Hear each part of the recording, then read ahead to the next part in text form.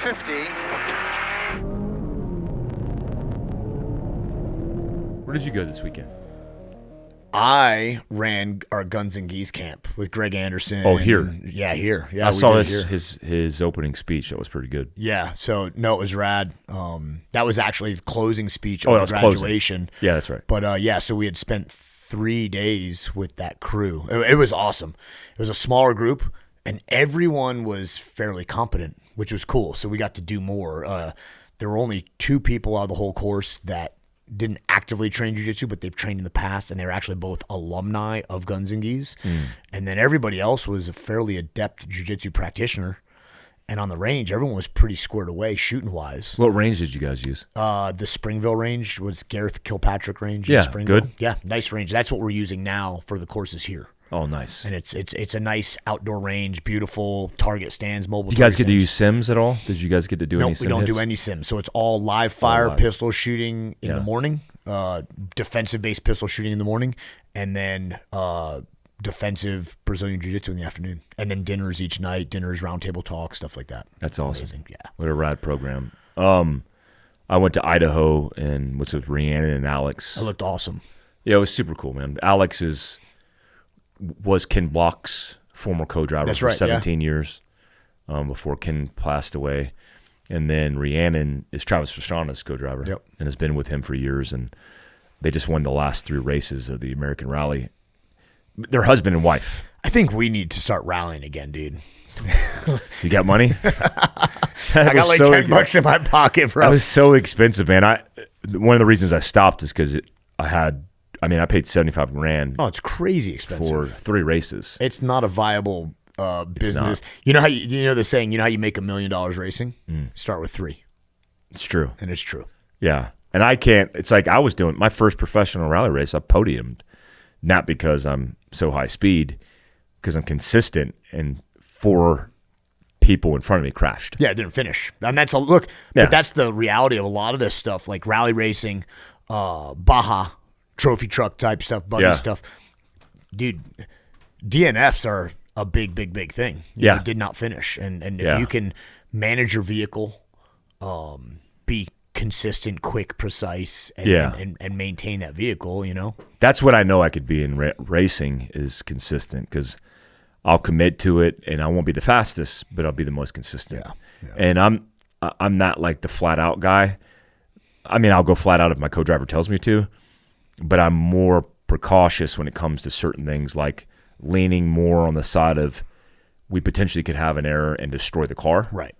Or come off track or come off road and potentially wreck. But they have a tribe of local families they've built, and I just go there and train everybody and have a good time, man. It's awesome. And they have an Airbnb out in Horseshoe Bend, and it's God's country, man. It's a beautiful place. Yeah, I want to come up next time. You should. Let's make it. I'm planning for February 1st. Okay. And doing some winter training. I was going to do small unit tactics. Oh, nice. Right on. So you guys, you can come out there and help you.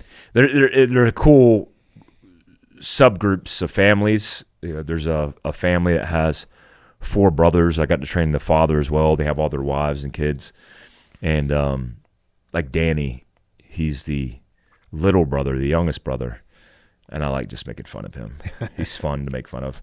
On the range, he said something like, I said, why are you doing that? And he goes, I got astigmatism. And then all day I was like, hey guys, we won't be going in the prone because I got astigmatism and we just can't, I'm not going to risk anything. But he's a good dude. We want to talk mobility because we have Go Rigs and Coffee. Saturday, this Saturday. Well, I guess it'll be done by the time this posts. Yeah. If you're around Fieldcraft HQ in Provo, Go Rigs and Coffee is something that I've done since the very origin of the company. We do almost monthly. Monthly we're doing it here. Super fun. Just people drinking coffee from the neighborhood, from the local area, bringing their rigs, and we talk about typically a workshop on something in preparedness. Yeah. You doing a workshop this go around? Yeah, so I kind of, I feel out the crew, feel out the crowd. My truck has gone through several modifications since the last Go Rigs and Coffee, which is cool for the people that continue to come out because they've seen the progression of my rig personally. So now I've got rock sliders on there from Crash Fab out in California. These things are freaking bomb proof. It's a, Yeah. I mean, it's a 2500 diesel Ram, and these things you can rest the whole truck on them. It's wild. So those are on. I've got my Carly suspension with King Air going in now as we speak at the shop. So I'm picking it up later today. What shop? So it's a local guy who used to be a tech for Jeep, Chrysler, Dodge, got into the off-road space. He's got a shop out of his house now. Oh, cool. So I bring it there. Good dude. I need to get his contact. Yeah, I need good to get some dude, work good work. He may or may not have deleted my truck and put a straight pipe on it and reprogrammed the whole thing out of his garage. You have a modern era truck. What's 2021? Oh. Yeah. So you could do a def delete? Oh, yeah. Oh, I need to do that. Once my stuff hits, I might not even wait for the warranty. Dude, it's a game changer for those trucks. Game changer. They're suffocated. They're suffocated, and that def fluid's so bad for it. It's so bad for everything. And so now straight pipe deleted, transmissions tuned, and engines tuned. And it's just more horsepower, more torque. And I didn't do a crazy, crazy tune because it's a daily driver. Yeah. I overlanded, off-road it. I tow my RV with it. So it's not a show truck. Yeah. But it hauls mail now. Well, I can't wait to see. And it sounds badass, which is most important. What delete did you go with? Like, what programming did you go with? He's got EFI one Live. I don't remember. He's got one that he likes to use, so I don't have a console. He just programmed it, and he said if you want to change it, I can go in and change it. Yeah. But he used one that he calls the towing package that he likes. That's what I want. And it gave it like 100 more horsepower. Like a couple hundred foot-pounds of torque, but he said it's pretty mild. So he's like, you're not going to blow the engine up doing this. Yeah. So, yeah. When you do that delete, do they remove the def equipment? No. They keep it all in. It's all in just there. in case. It's all in there. So the def it's just not utilized. They're just not utilized. So my tank reads empty, but no codes flash. It's nice. And like these road trips, like driving down to San Bernardino. I'm going down there in 2 months back to San Bernardino, and I'm going to drive my truck. What date is that? San Bernardino pistol and carbine class 1819 January. Okay. At Route 66 range.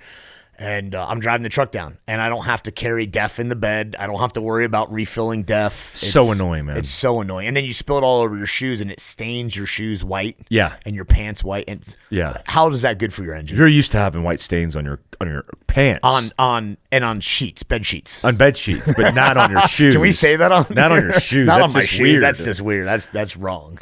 We will both be January 14th teaching in Las Vegas. December 14th. Yeah, December 14th. Yep. I invited Mason. Oh, nice. Cool. Gun Fu Fighter. Yep. Because he has this. Have you seen his truck? Yes. And he put 42s on it. I told him, bro, I got a little. I need to be on a list. I got a little FOMO, dude. I'm not gonna lie. I saw those and I'm like, why don't I have those? He's like, they're the only ones in the country. I was like, I should have those. I'm only running 37s, man. I know. I actually am going to put those 42s on my rig. I don't know what I got to do. So trim. You're going to have to trim for sure, and then you're going to have to get a relocation bracket to shift your front axle up just a little bit. Because that's what AEV does. Yeah, that's what he did. So that's the AEV package. Yeah.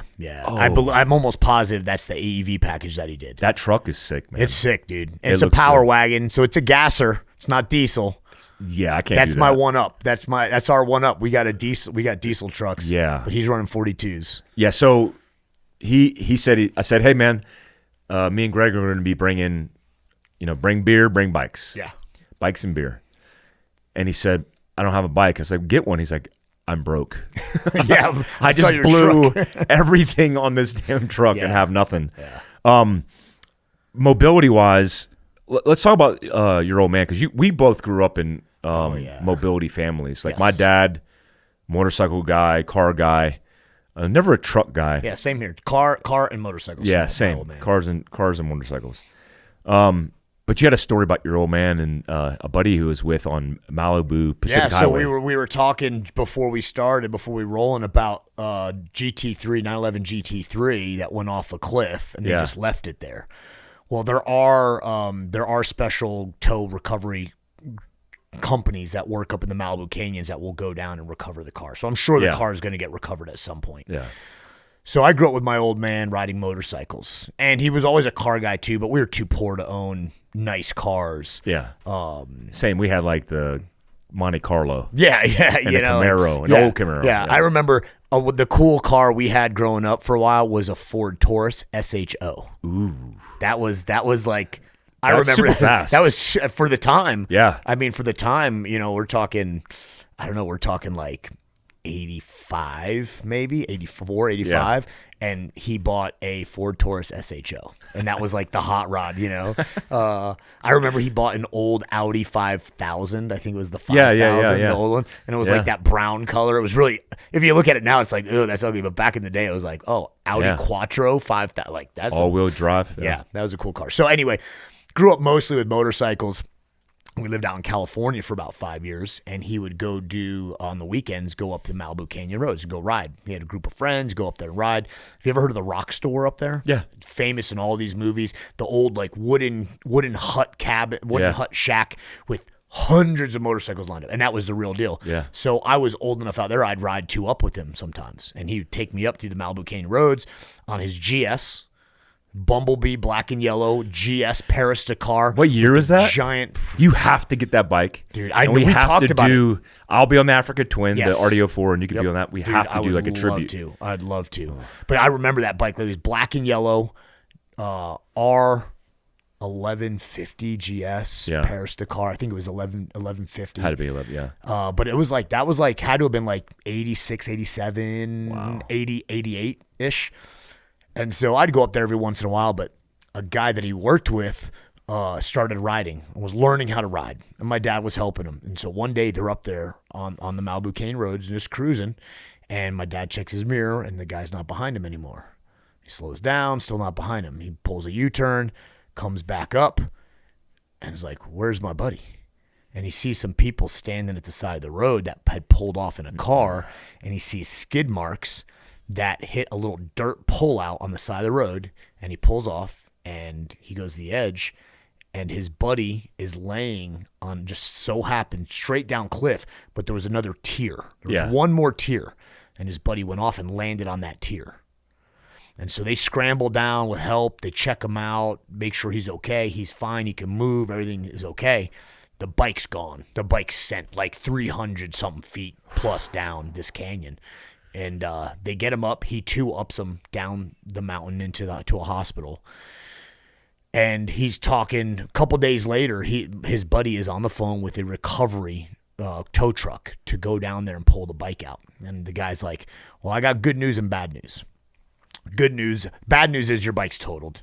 We found it however many hundreds of feet down, and it's just a mangled mess. Totally wadded up. He's like, the good news, while we were down there hooking your bike up, because they like rappel a dude down and hook up. And while we were down there hooking the bike up, we saw a vehicle like another 100 feet down. We're like, let's just go check it out. And they rappel down another 100 feet, and there was a pickup truck down there with a dude in it, pinned in the dashboard, stuck in the truck that had been down there for like 3 days. Alive, dude.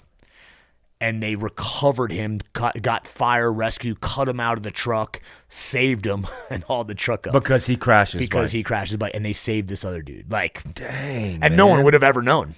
Yeah. He'd have been dead, starved, elements, whatever. Stuck in his dashboard. Yeah.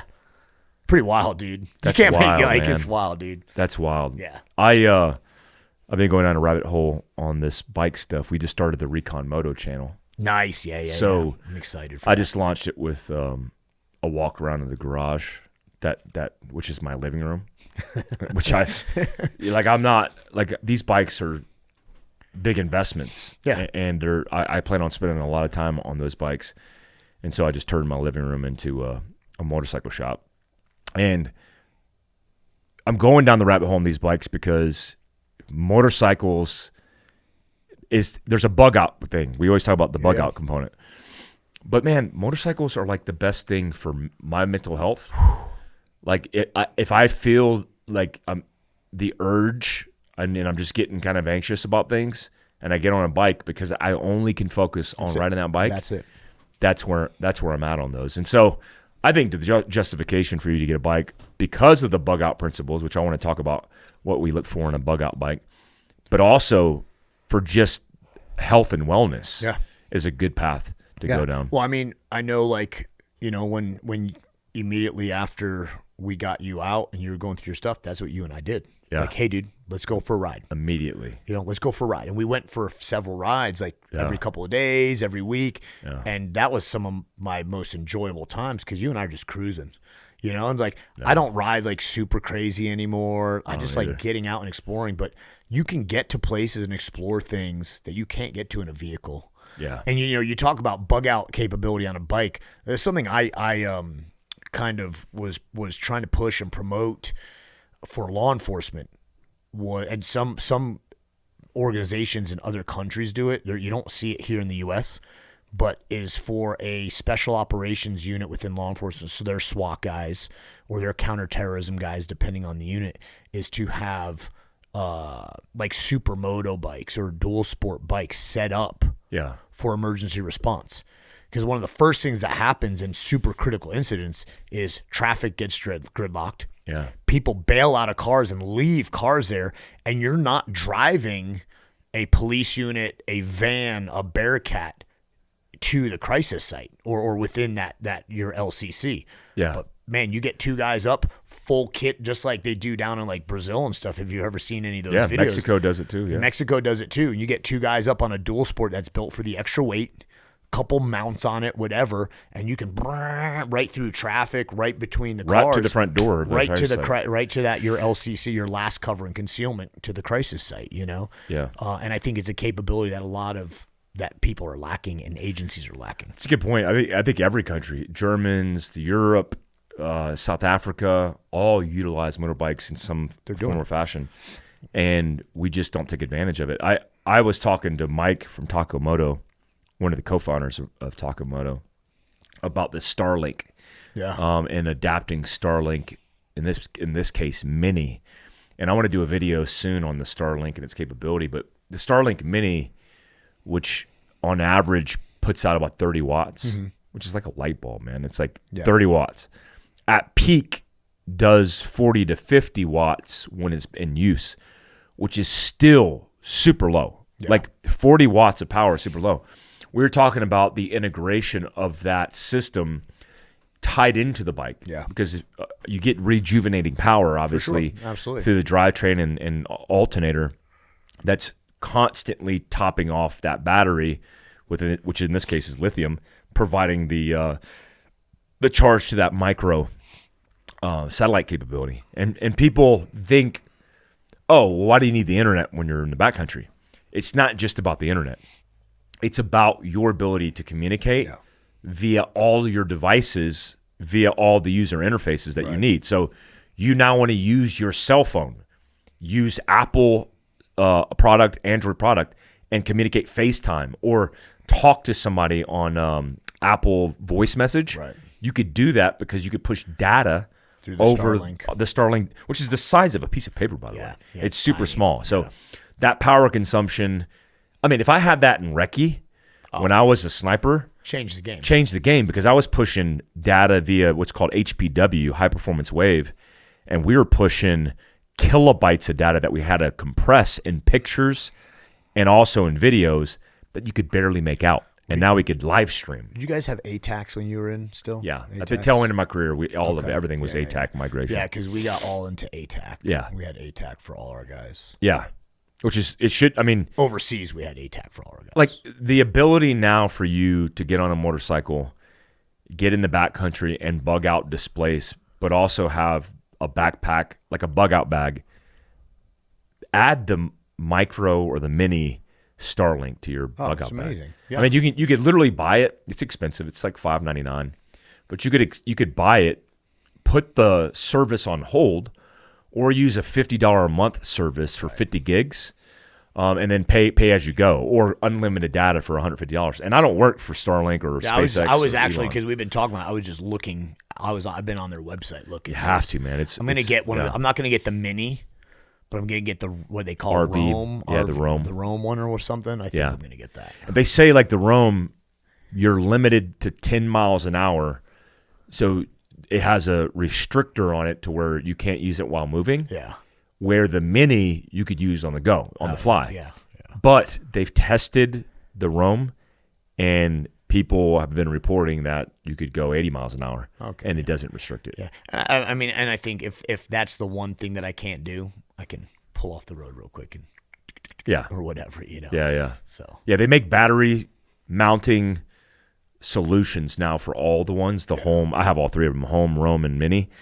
And I'm going to be experimenting with the mini for content for Mike Glover Actual, because I'm fascinated by the ability to have that capability, especially in the backcountry where there's nobody. Oh, it's massive. It's huge, man. There's I geek out on the tech side of that because it's so awesome. Yeah, I mean, I would have loved to have it 7 years ago. I did a trip across country with the family. Yeah. In my old LR3 that I had built out. Yeah. And I planned it for a month and a half. What's the LR3? What's that? Land Rover. The Land Rover. Discovery. LR3. Yeah. Yeah, Disco 3. Yeah. And what year was it? It was a 2006. Nice. I ripped all the airbag suspension out of it, all the airlines, did a full all manual. Did a full OME, Old Man Emu, coil over suspension on it and stuff. And it was a great truck. I was fortunate. Little quirky stuff that old Land Rovers have. But I planned it for a month and a half using maps and info from forums, off-road forums and stuff, and then planning it out and highlighting the route on a map. Isn't that fun? So, dude, it was awesome because when we got out of Louisiana into Texas Hill Country, got through the main urban jungle, we spent 2.5 weeks off-road. So rad. We would handrail. We'd have to jump on road and handrail, and like every few days go into town to the grocery store, fill up the fridge in the truck, prepackage all the food, and then get back into the national forest and off road. But it's like data, obviously information changes. So they're like, I'm looking at maps and I'm looking at all this data that I printed out from forums and whatnot. And it's like, yeah, go 6.5 miles and then you got to turn left at this tree or whatnot. And it's all bulldozed over or blocked off. I'm like, oh, we're keeping going. And I had my sat phone for emergencies, but zero service on any sort of cell connectivity. phone. No connectivity. So unless I fired up that sat phone and had someone to call, I would have been SOL. Yeah. That's the cool thing about the Mini is you could run it on the fly full time. Yeah. You can put it up on the roof rack or something. Yeah, or on the back of your bike on a mount or a rack. If you're going to down select one model for the ultimate bug out bike, which is highly controversial, by the way. Yeah. What bike would you choose and why? That's a. Can I choose 5? Yeah, that's what everybody's like. Well, I want a Ducati Panigale. I just want one, so I'm choosing no. Ultimate bug out bike. For me, payload is a big part. If it's a bug out bike, you've got to have enough payload. And it's like vehicles, like these Tacomas are great, but you can't load them up that much. Can't at all. Right? Yeah. So for me, payload. But then you payload size, now you're dealing with a bigger bike. So honestly, dude, the T700 might be the perfect bike. The Aprilia Touareg 660, that's a good option. The new 1300, is it 1300 GS? Mm-hmm. Amazing bike. I rode yours, and I was surprised how small and light it felt. It's a marvel of modern engineering. Yeah. That's a great bike. But for me, being 180 pounds at 5'10", that's a big bike. So if I've got to go really off-road, I'm going to be struggling with that. Whereas I think the smaller, the T700, the Touareg 660. Just one. God, man. Oh, you're killing me. Just one bike. All right. KTM 500. Is it XCW? EXCF. EXCF. That's my bike. That's what you have. Yeah. Because big enough displacement. Yep. You can go fast if you need to. You can be on the highway. You can modify the tank. You can put a stiffer spring in the back. You can put bags on it. But it's still small and light enough like a dirt bike. That's why I go. KTM 500 EXCF. Yeah, I would say if you have a budget, then if you don't have a budget, that KTM 500 is going to be the one. Yeah. Because it does need tweaking. Like the tank is too small from factory. Right, yeah. The seat is uncomfortable. Yeah. But it has everything as a base. And likely, capability-wise, the most capable bike. If I'm thinking endurance-wise for a bug out, I'm going to go XR650L, Yep. which Yeah, is yeah. the Honda I have. Backcountry Moto ADV, Kyle did a video on it Yep. on YouTube. It has a couple 100,000 views. That he again had to modify that one, but that one for the money versus the KTM, which is KTM is just highly For sure. you get what you pay for. But that Honda, I think universally too, has the ability with parts, a huge, massive market. It's for carbureted. parts. It's carbureted. Your KTM's fuel injected. It's fuel injected, yeah. So A pros slightly and cons. bigger tank. Yep. But if out of all the bikes that I have, likely the most capable bike I have is that KTM 500 Yeah, EXCF, I would agree with that. which is insane. Yep. Yeah. I mean, just the nav on that thing alone, just the display and the interoperability. But now of we're nav. talking about modifying bikes too. So if we're talking about going to the store, buying a bike off the showroom floor, Yeah, with no modifications. I just got my '86 Honda XL 600R, which is I saw that you posted. I just a got it picture back of it, because I had the engine rebuilt. Yeah. But it's like brand new. Yeah, that's awesome. It kicks every time, and that thing hasn't changed since 1986. I want to ride and see one of the new BMW GS 450Rs or whatever they're calling it. I saw that. Yeah. I saw that. I'm like, oh my Yeah, gosh. yeah. Yeah. Oh, I love motorcycles. I love- Recon Moto. If it's got tires I love it. on it, I love it pretty Yeah. much. I'm a connoisseur. We were talking, looking at Porsches, or I can't afford a Porsche, but we Yeah. were talking and looking at them, and Yeah. the trucks and stuff. And it's for me again. I was having this conversation actually over the weekend with some of the guys that were here for the camp. For me, vehicles are tools. Vehicle is a tool. Now, can you enjoy a vehicle? Can you have one for enjoyment, or you want to look at it? You want to wipe it down with a rag? Cool, sure. But for me, like, I'll use everything. Yeah. I could have, a historic, 1979 911 RSR. Dude, I'd be driving the dog piss out of it. Same. I'd be up in Provo, go whop whop. Like, I'm driving the dog piss out of it, and it's like my truck. I wheel that truck, a 2500 diesel Ram, Constantly. probably harder than a lot of people wheel their Jeeps on 40s. You know? Yeah. I like driving stuff. Yeah, me too. It's a tool. If Using you're gonna it. get it, use it. So nothing I own is a mall queen, a parking lot queen. So. Yeah. All right, guys. Well, we're on the app. If you want to check out this show and check out the underground version of this, we do have the underground version on the Fieldcraft Survival app. Check us out at that link down below, and then also make sure you sub to the channel. We are getting heavily suppressed on the channel. Yeah, It's kind of bananas how much we're getting suppressed. because both of our names are attached to it. I know, right? Hopefully that changes with some... We're just talking about cars and motorcycles, guys. No, that's supremacy is what you're talking about. Your privilege is what you're talking about. All right, guys. Peace out.